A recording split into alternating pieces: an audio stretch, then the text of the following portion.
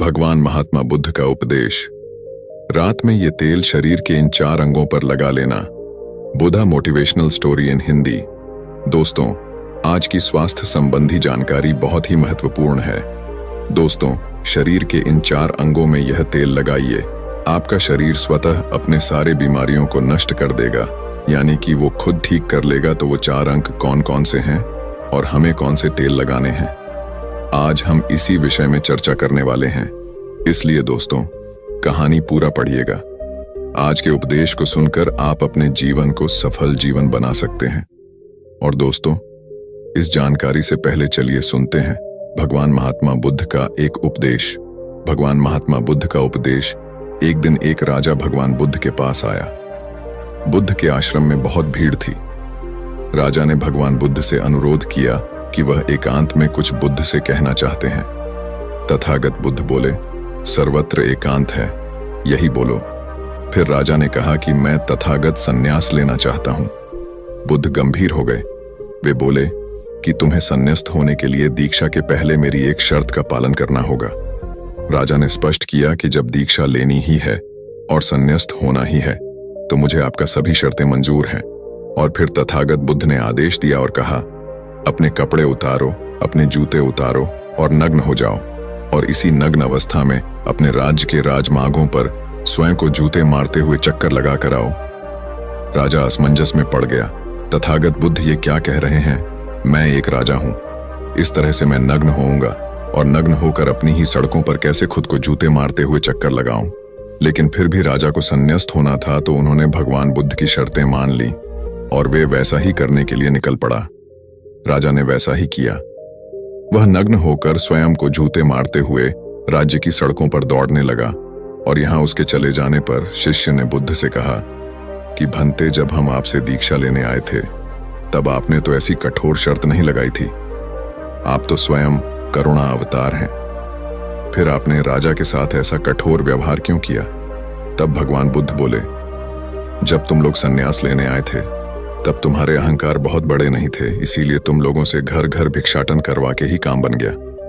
यह तो एक बड़े राजा है, इसका अहंकार भी बहुत बड़ा है, इसलिए जितना बड़ा रोग उतनी बड़ी दवाई, इसलिए महारोग की दवाई भी अधिक शक्तिशाली होती है। किसी कारणवश मैंने इनका परीक्षा भी इतना कठिन किया है। राजा जब इस दशा में अपनी ही प्रजा के सामने से गुजरेगा तो उसका अहंकार चूर चूर हो चुका होगा। राजा ने शाम तक शर्त पूरी कर ली और बुद्ध के चरणों में आकर गिर गया और फिर बोला, तथागत, अब तो मुझे आप दीक्षा देकर मुझे संन्यास्त करें। भगवान बुद्ध ने राजा के सिर पर मुकुट रखा और कहा कि अब तुम्हें संन्यास लेने की जरूरत ही नहीं है। जाओ और कर्ता भाव छोड़कर साक्षी भाव से राज करो। अब तो तुम राजस्व हो चुके हो, अब तुम राजस्व हो। देखिए दोस्तों, किस तरह से भगवान बुद्ध ने एक राजा को उपदेश दिया और राजा का जीवन धन्य हो गया। दोस्तों, ये छोटे से उपदेश से आपको क्या ज्ञान प्राप्त हुआ, कमेंट में हमें जरूर बताइएगा। चलिए अब जानते हैं स्वास्थ्य से संबंधित बहुत ही महत्वपूर्ण जानकारी। रात में ये तेल शरीर के 4 अंगों पर लगा लेना। क्या आप जानते हैं कि ये हमारा शरीर किससे बना है? ये सबसे पहले जानना बहुत जरूरी है। और हमारे शरीर में कौन से 3 दोष पाए जाते हैं? हमारा शरीर 5 तत्वों से बना है और हमारा शरीर में 3 दोष पाए जाते हैं, वात दोष, पित्त दोष और कफ दोष।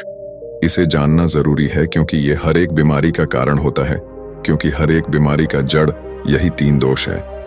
इसीलिए जानना जरूरी होता है। तो आपका शरीर का सबसे महत्वपूर्ण दोष, ये 3 दोष हैं, पित्त दोष, वात दोष और कफ दोष। अगर आपके शरीर का वात दोष गड़बड़ हो गया तो 60 से 70% बीमारी होगी। अगर आपके शरीर का पित्त दोष गड़बड़ हो गया तो आपके शरीर में 15 से 20% बीमारियां होती हैं। और यदि आपके शरीर का कफ दोष गड़बड़ हो गया तो 5 से 10% बीमारी होती है। अब इस तीनों प्रवृत्ति हमारे शरीर में कब से कब तक रहती है? जब हम जन्म से बाल्य अवस्था में रहते हैं, यानी जब हमारा जन्म होता है और 14 साल की उम्र तक हमारे शरीर में कफ प्रवृत्ति ज्यादा होती है। इस समय कफ ज्यादा बनता है। ये प्रकृति की देन है। कफ इसलिए बनता है क्योंकि हमारा शरीर ग्रो करता है। कफ बनना जरूरी है क्योंकि ये कफ हमारे शरीर के बहुत ही महत्वपूर्ण अंग है। बस हमें ये ध्यान देना है, हम अपने बच्चों को ऐसी कोई चीज नहीं देना है जिससे उनका कफ और बढ़ जाए, क्योंकि बच्चे उस समय कुछ नहीं जानते।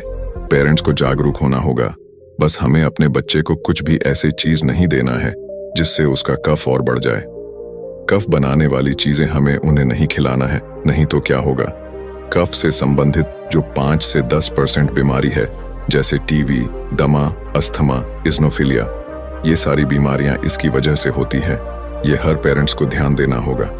उसके बाद हम आते हैं बाल्यावस्था से युवा अवस्था में। युवा अवस्था की आयु कितनी होती है? जब हम 15 साल से 60 साल के बीच में होते हैं। इस समय हमारा शरीर युवा अवस्था में होता है। इस समय हमारे शरीर में पित्त प्रवृत्ति सबसे ज्यादा होता है।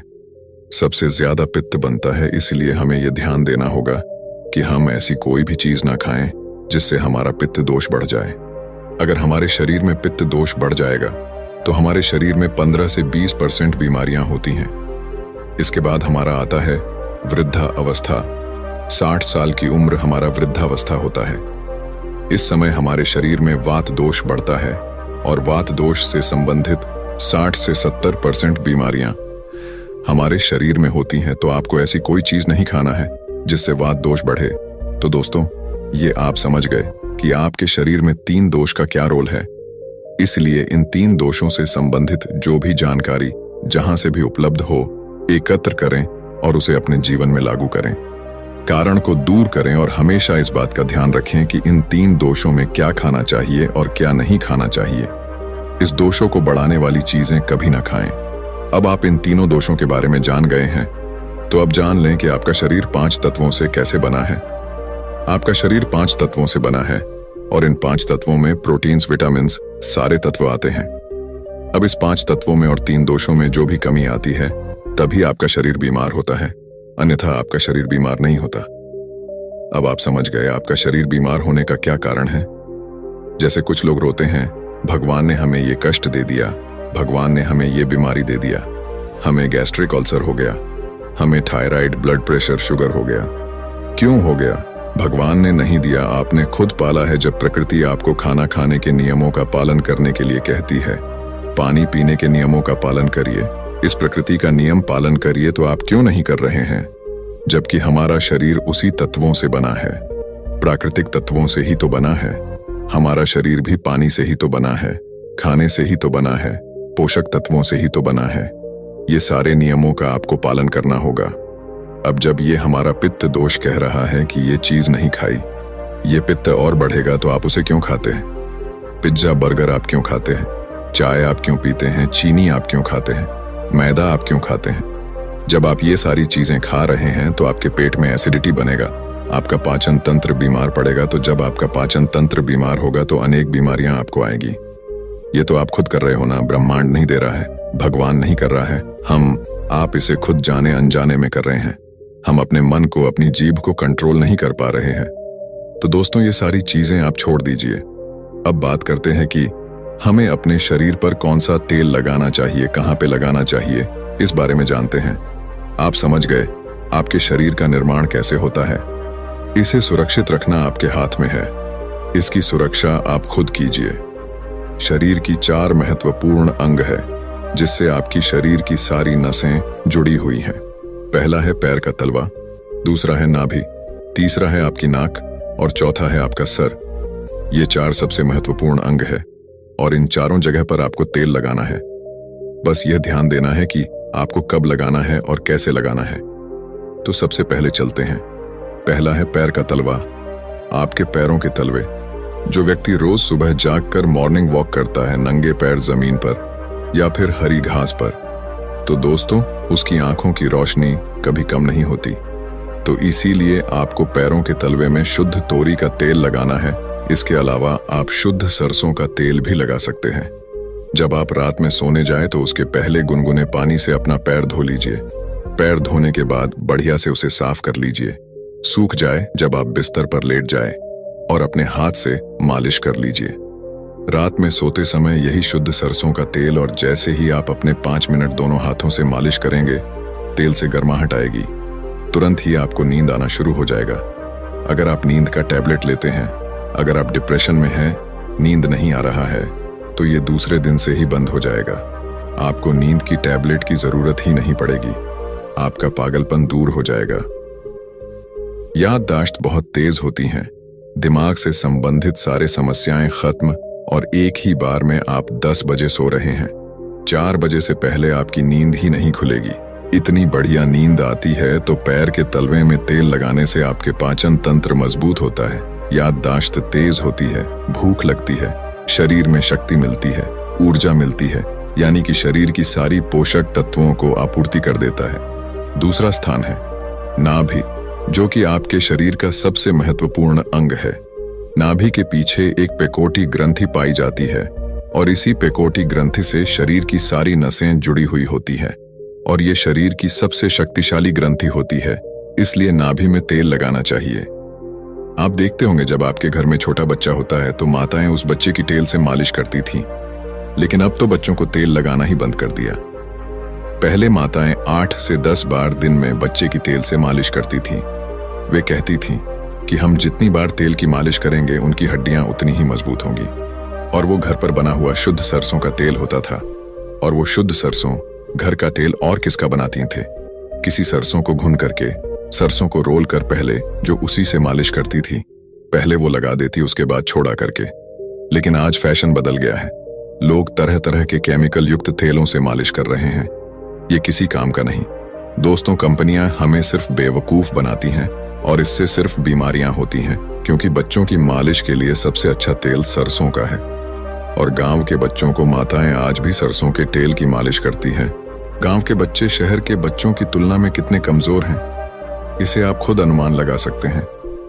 तो दोस्तों, यह नाभि आपके शरीर का सबसे शक्तिशाली हिस्सा है। तो जब माताएं नाभि में तेल की मालिश करती थीं तो पहले फूंक मारती थीं। फूंक मारने के बाद उसमें तेल लगाती थी और दिन भर में 3 से 4 बार तेल लगाती थी। तो दोस्तों, आपको भी आज से शुद्ध सरसों का तेल रात में सोते समय नाभि में लगाना है। और जब आप नाभि में तेल लगाते हैं तो इसके क्या फायदे होते हैं, आप यह जानकर चौंक जाएंगे। पहला फायदा, आपको अच्छी नींद आएगी। दूसरा फायदा, दिमाग से संबंधित कोई भी समस्या नहीं होगी। तीसरा फायदा, आपका पाचन तंत्र मजबूत रहेगा। चौथा फायदा, आपको भूख बढ़िया लगेगी। पांचवा फायदा, आपके शरीर का सारा दर्द दूर हो जाएगा। छठा फायदा, आपकी आंखों की रोशनी बढ़ जाएगी, यानी कि शरीर के हर एक अंग के लिए फायदेमंद है। तीसरा है, आपकी नाक पैर का तलवा हो गया, नाभि हो गई। अब हम एक कदम आगे चलते हैं, वो है नाक, कान और आंख। तो दोस्तों, आपको नाक में क्या करना है? अगर आपको गाय का शुद्ध देसी घी मिल जाए तो घी की 1 बूंद दाईं नाक में और 1 बूंद बाईं नाक में, दोनों नाक में 1-1 बूंद डालनी है। रोजाना दोनों नाक में 1-1 बूंद डाले। इसके इतने फायदे हैं, मैं यहाँ गिनाते गिनाते थक जाऊंगा। आपका पागलपन दूर हो जाएगा। अगर किसी को पागलपन है, अगर पागलपन का इलाज चल रहा है तो 3 से 4 महीने के अंदर पागलपन की दवा बंद हो जाएगी। अगर आपके कान के पर्दे में छेद है तो बिना ऑपरेशन के ठीक हो जाएगा। आपको नींद की समस्या है, नींद की समस्या दूर हो जाएगी। आपकी याददाश्त कमजोर है, याददाश्त आपकी तेज हो जाएगी। शरीर में कमजोरी है, शरीर की कमजोरी दूर हो जाएगी। जुकाम आपको कभी पूरी जिंदगी में नहीं होगा। जुकाम, सर्दी की नाक से संबंधित जितनी भी बीमारी है आपको नहीं होगा। तो दोस्तों, आप शुद्ध सरसों तेल को अपने शरीर के इन 4 अंगों पर लगाएं और देसी घी को अपने नाक में डालिए। ये प्रक्रिया आप अपना लीजिए, आपका शरीर स्वस्थ और तंदुरुस्त हो जाएगा। जैसे हमने कहा कि ये हमारा शरीर है, हमारा शरीर हमारे ऊपर डिपेंड है। हम इसे किस तरह से रखते हैं। मान लीजिए एक कपड़ा है, आप उसे कितनी सेफ्टी से रखते हैं। खासतौर पर सफेद कपड़ा हो गया, आप उसे पहनते हैं, पहन के बाहर जाते हैं तो आप उसे